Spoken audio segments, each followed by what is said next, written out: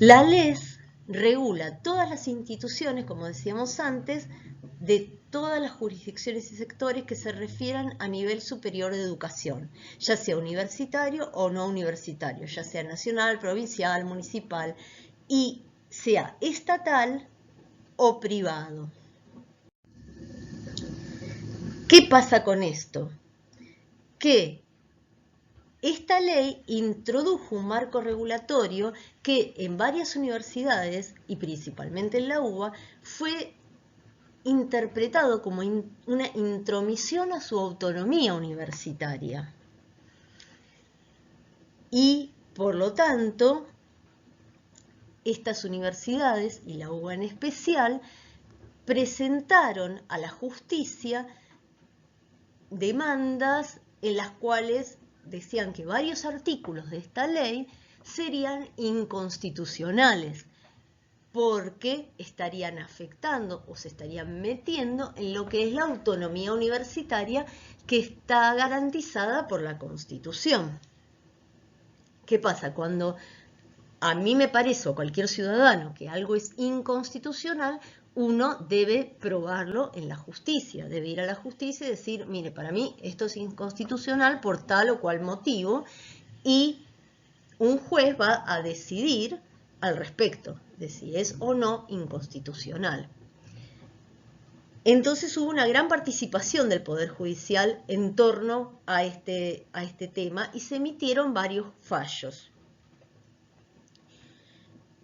Uno de estos fallos, el más importante para nosotros, fue el llamado fallo Marinelli. Marinelli era el nombre del juez que dio ese fallo, en el cual él analizó todo lo que la Universidad de Buenos Aires decía que era inconstitucional respecto de la LES y en algunas cuestiones le dio la razón a la UBA y en otras no.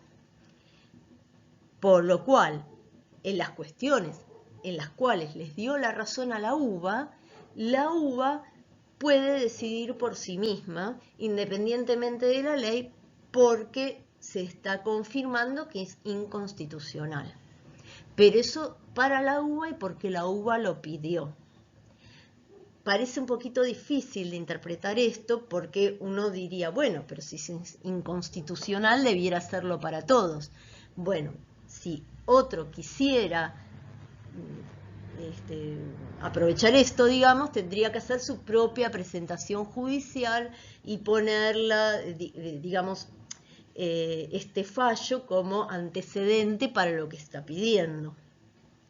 En nuestro movimiento habitual por el mundo, por nuestro país, hay un montón de cosas que ocurren y que en realidad son inconstitucionales, porque están, por ejemplo, afectando nuestro derecho de circular libremente, o supónganse hasta el hecho de que nos revisen a la salida a un supermercado si nos llevamos mercadería no sería del todo constitucional.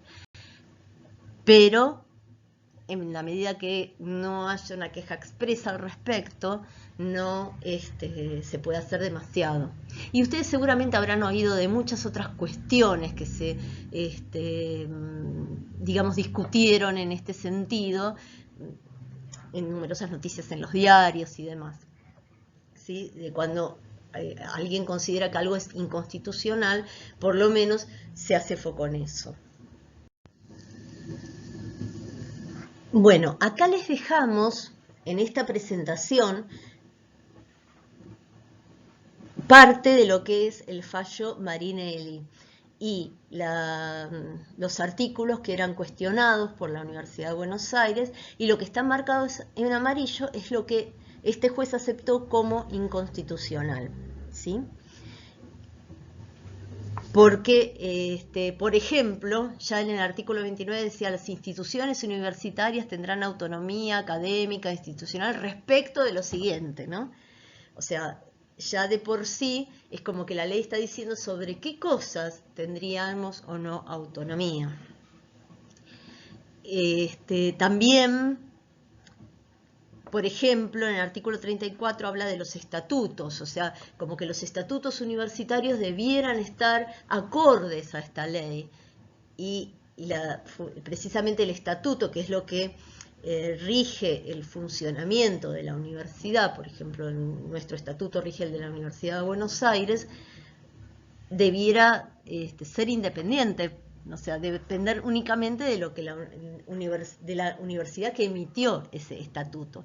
Esas son las cuestiones que estaban en juego aquí.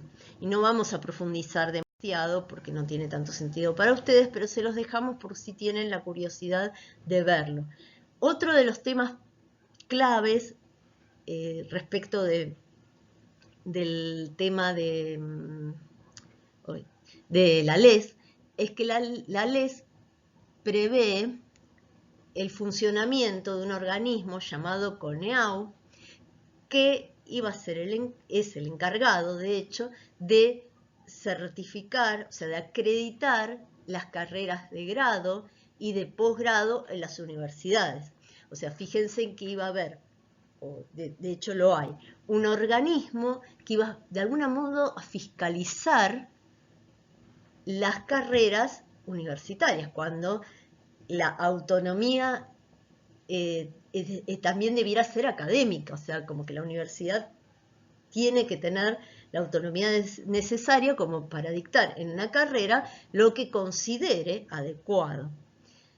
Pero a partir de la Ley de Educación Superior hay una serie de contenidos mínimos que deben dictarse en determinadas carreras que son, digamos, las que tienen injerencia sobre cuestiones de interés público, como pueden ser las que afectan la salud pública, como medicina y las de la rama de la salud, por ejemplo. Entonces ahí es como que la CONEAU dictamina de alguna manera los contenidos curriculares básicos que esas carreras deben cumplir y la carga horaria mínima que deben tener. O sea, fijan estándares básicos. Y eso es lo que de alguna forma la UBA consideraba como una intromisión a su autonomía. Después también hablaba sobre el gobierno de las universidades y otras cuestiones que no vamos a profundizar tanto. Ahora bien, respecto de las acreditaciones y reacreditaciones, ¿qué ocurrió en la práctica? En la práctica lo que ocurrió es que, salvo algunas carreras en particular y algunas facultades, como pueden ser exactas, la mayoría entró en este sistema de acreditaciones. Se tenía la libertad de hacerlo o de no hacerlo, porque de no hacerlo estaban amparados por el fallo Marinelli. Pero, en realidad, debieron entrar por toda una serie de cuestiones. Había financiamientos específicos para mejoras, también es una forma de estar en lo que es el sistema integrado nacional, ¿no? Para que los futuros profesionales no tuvieran inconvenientes al respecto. Y los posgrados, por supuesto, tenían un plus si eran acreditados, o sea, obviamente que de a poco todas fueron entrando en este proceso de acreditación.